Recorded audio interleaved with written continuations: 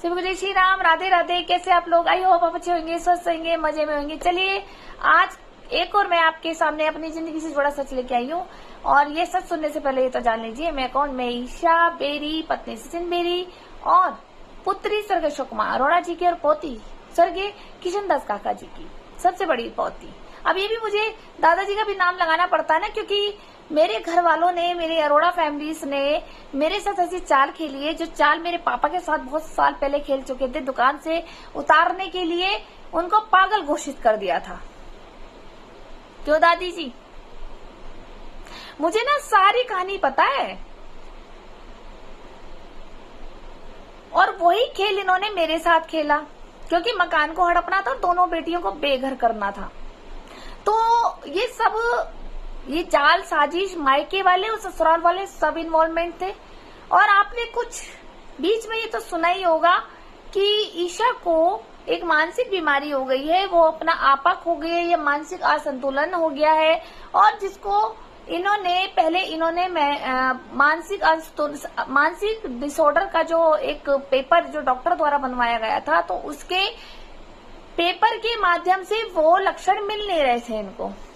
फिर इन्होंने दूसरी साजिश खेली कि मुझे सिजोफ्रेनिया बीमारी हो गई है।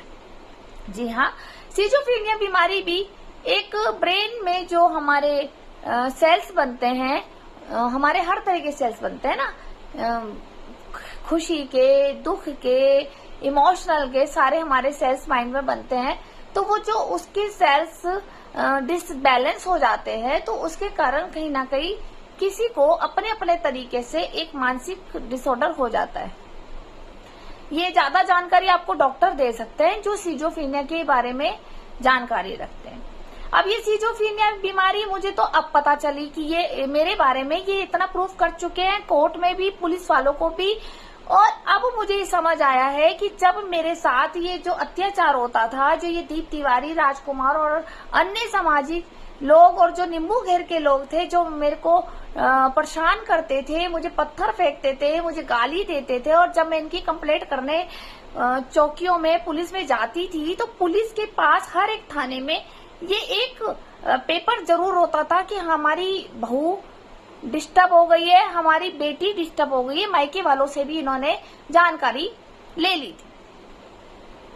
और उसमें ये मेरे को नहीं पता था कि वहां पे, मुझे ये पता था कि पुलिस मेरे हक में नहीं लिख रही है और ना मेरी एफआईआर सुन रही है। तो वो मेरे को एक तरह से पागल की तरह नजर से देखते थे और मेरे साथ अभद्र व्यवहार करते थे। तो मैं देखने में उनको लगती नहीं थी कि मैं उस बीमारी से जूझ रही हूँ।